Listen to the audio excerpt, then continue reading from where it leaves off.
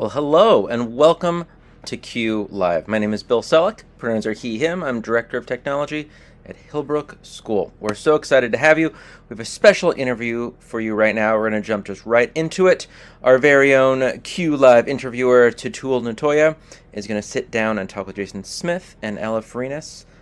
We have that recording right now for you. So let's jump right into it. Take it away, Tutul. I always get excited to do Q Live because, I get to talk to educators, and we're at Q, and Q is a great place to be. And I was talking to my man Smitty and Ella about the Q experience and how I always enjoy myself. And now that it's face to face, and I think maybe next year it'll be face to face again. I'm hoping that them two will be there, and I get to see the rest of you all in real life. And so I get to, and so just backing up on why we do Q Live is just to give educators a voice, but it was really important for me to give educators of color who are doing great things out there a voice. So I have two fantastic educators. I have Ella Farinas and I have Jason Smith. Ella is in Pasadena and Smitty is out in Vegas, right? You're still in Vegas, Smitty? Yes, sir. Yep, big Still in up day. Vegas. Yes, sir. So I want to start this conversation off with OVA, Our Voices Academy. All three of us were fellows on Our Voices Academy, and I want you guys to talk about what the experience meant for you and kind of what have you done since you did this did OVA. Go ahead, Ella. Go ahead and take Oh, okay. Um, what have I done? Okay, so I feel like I've done a lot and not enough at the same time, if that makes any sense. Hmm. I think OVA was really just, oh my gosh, it was just such a game changer for me in terms of how I view myself as an educator. Um, I always felt like I found my voice kind of late in the game, and I didn't realize that I didn't realize I had a voice, and not only did I find it, but OVA really helped to amplify it. My only regret is that we had to meet virtually because we were smack dab in the middle of the pandemic. But we did have an extra year to just get to know our cohort, which was cool.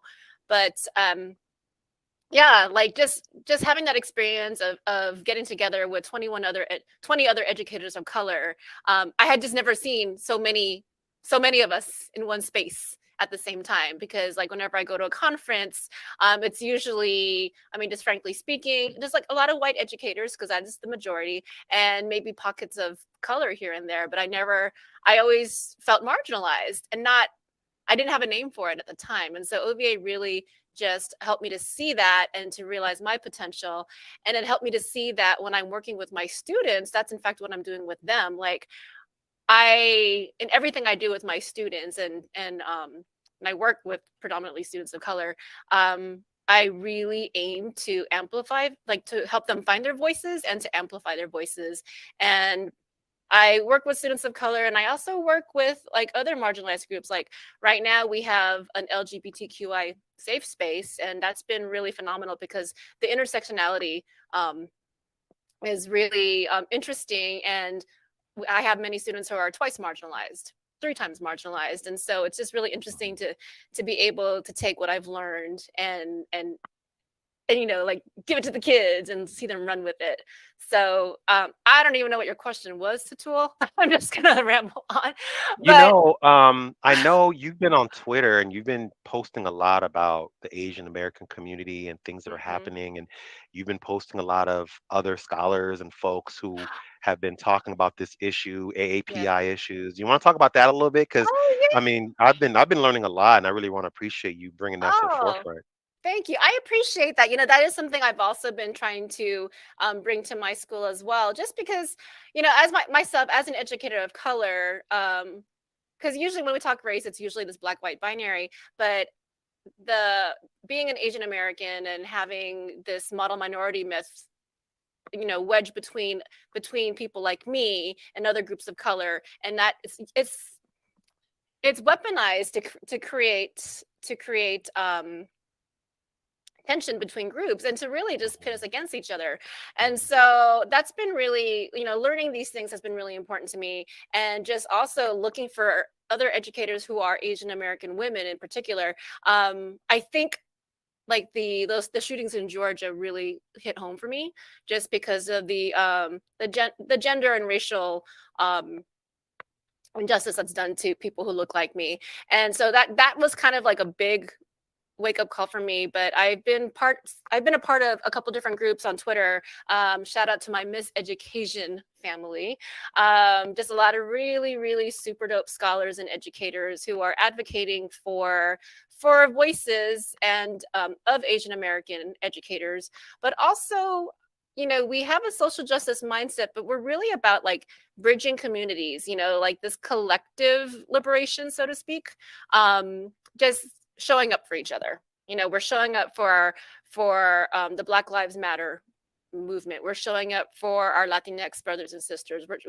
We really want to show up for each other, because it's that solidarity that's going to create the equity that we've been, you know, so hungry for. And I just know a lot of super dope educators. And I actually, you know what, now that I'm thinking about it, I'm in grad school now, and I think part of that, I'm going for my doctorate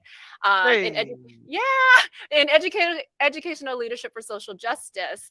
And my dissertation topic is around Asian American women in educational leadership. And we're not always principals. In fact, we're usually not principals, but we lead from different chairs, right? So like, I'm an instructional coach. I lead from a different seat, but I still lead. I know so many dope Asian educators from Q, as a matter of fact, who lead, but not from the traditional role of a principal. And so I'm examining those things and talking to I've met so many wonderful people that I want to amplify on Twitter. That's why I retweet them like crazy. I'm gonna name drop Dr. Shea. Dr. Bettina Shea is just super dope, and I've learned a lot from her work and the work of all the people that she just kind of brings into my life.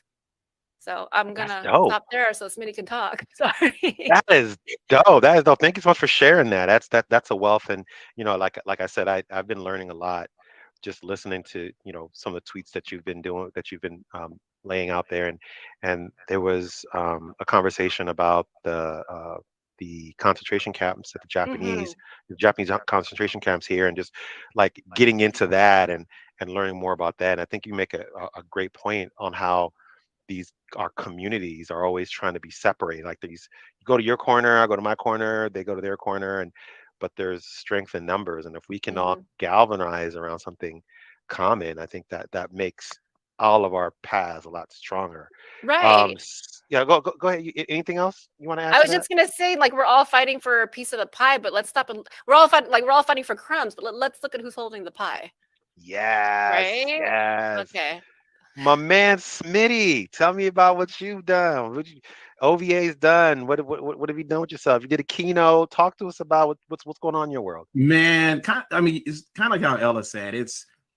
I feel like I've done a lot, but not a lot. Like 100% what she's. I was like, I vibe on that. So it's like, you know what I mean? I haven't had a chance to really get out there and just, you know, tear up the keynote, you know, scene or anything like that. But I have had a chance to put together some thoughts and do a few little keynotes here and there. I've done the Q booms and done a few things that have had the opportunity to get out some ideas and some beliefs, sat on a few panels and stuff. So I've had that opportunity, and that's been a great, great blessing. I think one of the main things that I've been able to do is kind of like how Ella said, is the OVA kind of like fine-tuned my focus, and it fine-tuned like my vision of what kind of educator I wanted to be.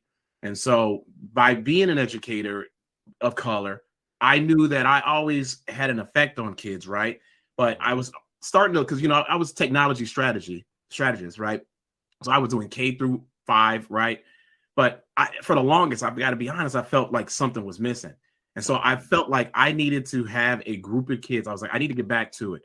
I want to get back to having a group of kids that are my kids, that I can work with, that I can mold, that I can build relationships with, that I can get to know better. That way, when they get older, you know, they can look back and say, hey, you know what? My first color of teacher was my 5th grade teacher, Mr. Smith.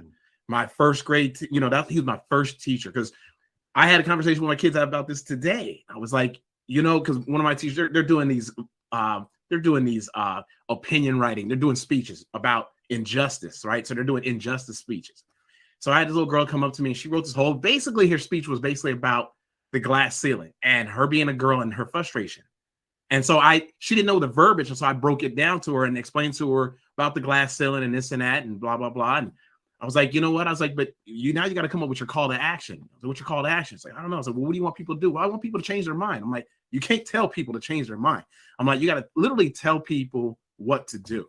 I was like, I like to call it direct the dummy, right? You got to tell people what you want them to do because they won't do it. If they'll sit there like, unicorns and starbursts are falling out of the sky like, oh, we're going to change. I'm like, but they're not.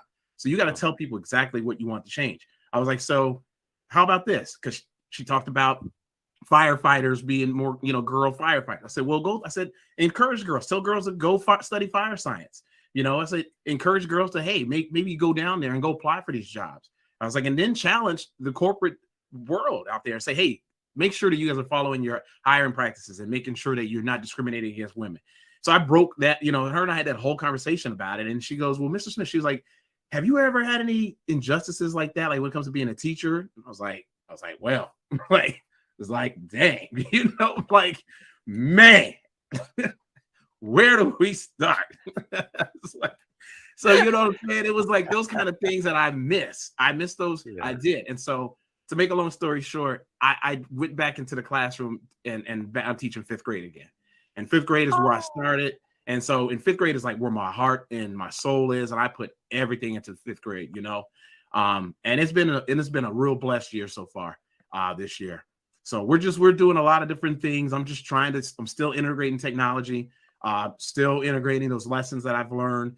But I would say that's the main thing that OVA really did. It just fine-tuned me. And more importantly, it helped me build some relationships with some people that I continue to look at and I admire, and they challenge me in a good way, right? So it's like I see people on here, I see like Cheyenne doing big things, and I'm like, what? I'm like, that's crazy, right? I'm like, all right. So you know what I mean? And then I see like all the girls doing things, and I'm like, okay, all right, I've got to go out here and I've got to start doing big things too. Like y'all keep setting a bar, and I'm like, I got to get up there, I got to do my thing. So that was another reason why it was like I got to get back into 5th grade, because I felt that I could do more and have a more effect in the community and be a better me and a better educator if I was in the classroom once again. So I shout out to my OVA family up and down, OVA 1, OVA 3, OVA 4, OVA 2, everybody, because they continue to make me a better educator all day. Yeah, that's dope. It's just amazing all the things that people are doing. Like you follow people's trajectory and just the amount of excellence that's coming out of our family here, and that we're kind of connected to that, and like the good that's doing, like all the things that we're doing out here for the good of the education space. I want to transition just a little bit, and Smitty, you helped us kind of move along this path. I want to talk about innovation and what innovation looks like, and how do you guys feel like you're taking this innovation task and just running with it? We had a tremendous opportunity in the education space to really revamp what this looks like, right? And I don't know, it seems like we're in this weird space now, and we're back in person, and maybe we've lost a little bit of that. Some people are pushing this forward. So I know, Ella, we talked about this a lot, different things that you're seeing in your classrooms. So maybe what does innovation mean to you? And then what does it look like in your classroom and your students, and how you push the envelope? And anyone can take this. Well, I want to talk about innovation. I feel like, just to kind of go back a little bit, 2020, I mean, as awful as that time was, I feel like that really pushed us to innovate, because it just really forced us to think outside the box, because we had all these constraints put on us. We were in quarantine, we couldn't see each other, we were online. And like, how do we take care of our kids? How do we meet their needs? How do we teach? How do we learn? And I just felt like, as difficult and challenging as that year was, like, I think I was like the most innovative teacher I ever was. For example, like there was a lot of just angst just around the unknown. And my 6th grade babies, like they had never even set foot on campus. They were still 5th graders, and they had never set foot on a middle school campus. And, Tatul and I, actually, you were my partner on this. I decided, okay, They need something that is theirs. They also need to document what's happening, because we are making history right now. And so my kids all made podcasts. Now, do I know how to make a podcast? No. But we all decided that we have stories to tell, and there are things going on in our world that are very real, and there's no other time like this. And the kids just came through, and they created some short but very powerful podcasts about their experience. And that's just one thing they're going to hang on. Like, they're going to have this forever. In fact, one of the podcasts, one of my students was so into it, she started like doing it weekly on her own. But I saved one of the episodes that she created and sent to me, and I sent it to her this year. I'm like, remember this? And she's, a whole year older. It's middle school, so they grow by leaps and bounds. And she's a different person. She's like, oh my gosh, I can't believe you have this. And so she'll always have that time capsule.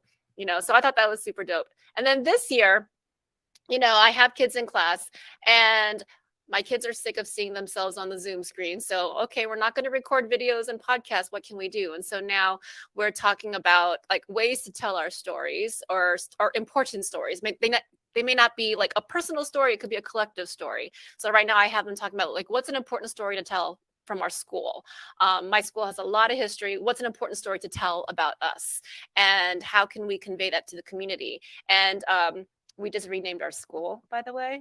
Oh yeah. Yeah, so we were Washington, Yes. but now we're the Octavia E. Butler Academy, because Octavia Yes. Butler was a student at Washington. And when she was in middle school at Washington, she wrote a manifesto to herself that she was going to be an award-winning science fiction writer. So be it, see to it. She wrote this manifesto and she did it. So middle school is when she decided who she was going to be. And this is an African-American girl telling herself, I'm going to write science fiction, in a time where no one knew how to classify her. So she was really groundbreaking. Anyway, so there are all these stories that come from our school. And our kids are having a hard time with the name change because they've had the name for so long, but this is also an exciting chapter. So how do we pitch these stories to the community? And we're going to pitch murals. So they're going to create something, because they've told me they're tired of hearing their voices. They're tired of seeing recordings of themselves. So they're creating, telling stories through a mural, and then pitching it to community members to hopefully decorate our school with.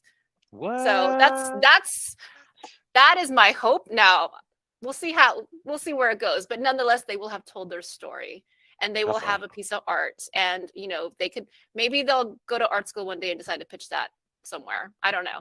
But basically, innovation is, working with what we have, working with our constraints, and just really, I think it forces us we're out of our comfort zone. So we might as well just create something new. It's the end of something that's also a new beginning.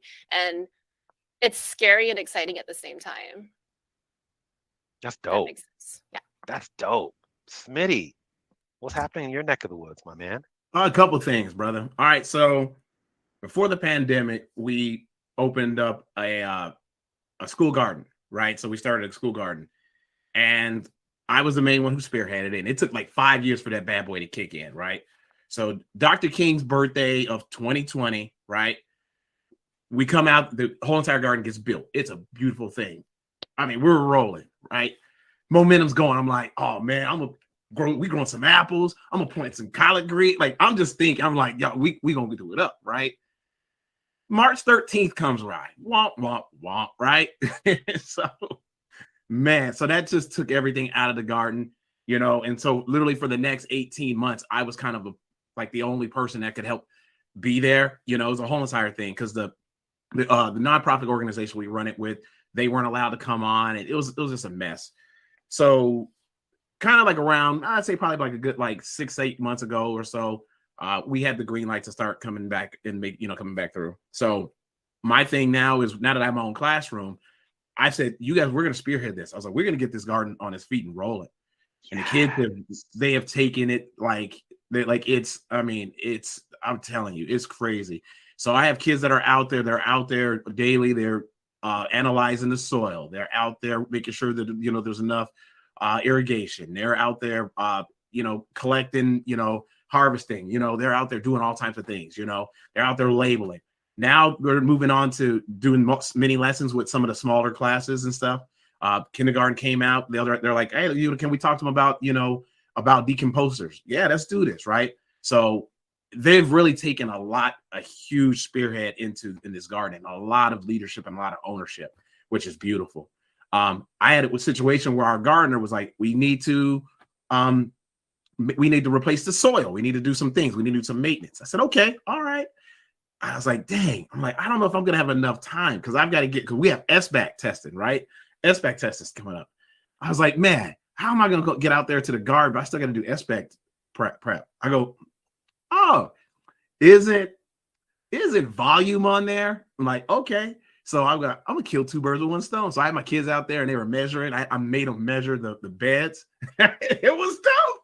So they went out there, they measured and so then I told them, I was like, all right, how much new soil do I gotta buy? Like it was like legit. And they were like, and they came down, they were like, all right, Mr. Smith, you gotta buy 10, 50 cubic bags or whatever it was. I'm like, all right, bet. And so it was cool because then they helped to replenish the soil too. It was like an all full circle deal. That was pretty dope. And so that was a big thing. Other thing we've been into is last year I decided to get on Donors Choose because I wanted an Oculus. Okay. So I wanted an Oculus. I just wanted an Oculus. I had no clue how I was going to teach it. I had no clue what I was going to teach with it, but I went through Donors Choose, right? Got the hookup. So now I'm like, man, what am I doing? What am I doing? So back once again, teaching 5th grade math, right? And of course, the unit teaches you how to teach it this way or whatever. And the kids and I had this saying, I'm like, listen, I can try to teach it like that to you guys, but mostly I'm going to teach you guys old school. So it's a whole entire thing, right? So right before I start teaching math, I do old school. I break out into a robot. So they know it's a thing. And we got the whole song too. It's like old school, old school, right? And we're grooving. And so then they know I'm getting ready to teach them long division, right? So anyway, we were doing it, right? And so then I went back and I thought about, I don't know if you guys know Donnie Piercy. Donnie Piercy's my dude. Like, that's my dude. Kentucky Teacher of the Year. Donnie's a homie. Anyway, I saw Donnie. I went back to how Donnie had used it and how he had incorporated it in his classroom. So I went back and did a little bit more information, a little research, and I was like, yo, I could use the VR when it comes to helping teaching them the long division. And so now what I've been doing with the kids is like when there's a small group or some kids who don't understand, when they throw the VR headset on, and then they get a chance to just do the VR, they get the chance to do the long division in the meta world, basically, which is crazy. Because then like you got the program, I'll have to put together a video of it. Like I have video of it, everything. It's pretty dope. Because they got, you know what I'm saying, like the remainders floating in the air, and they like, you know what I mean? They're just like, oh, there's the remainders right there, you know? It's pretty dope. So that's how we've been doing that lately, using the VR for action, you know, teaching how to do division and now the fractions and stuff. And it's something that they really are looking forward to. But that is amazing. You got the video. I want to see that really video. Yeah, I want to see what that looks like. I'm like trying to like do numbers in the air right now as you speak. Oh, it's crazy. It's crazy. It's crazy. So and the kids are, and I love how both of you, totally different ways you're innovating at your school sites, but it's all centered on the students. I love that. It's centered on the students. It's centered on, let's meet the students where they are. Let's create this experience for the students so they can like grab it. Like you said, Ella, you know, they're never going to forget that podcasting thing, and they're never going to forget doing long division with an Oculus. What? They're in the metaverse doing long division? That's crazy. That's some Iron Man stuff right there. That is insane. I love it. Well, thank you both for being on. And I hope those of you who are watching this, you'll get something from it. And these are fantastic educators, and hopefully we can see more of them, more keynotes, more presentations, and just see where I'm excited to see where they're going to go. So thank you so much, Ella, Smitty, for hopping on with us and gracing us with your presence. Yeah, no problem, fam. Yeah, love you, fam. All right, y'all. Till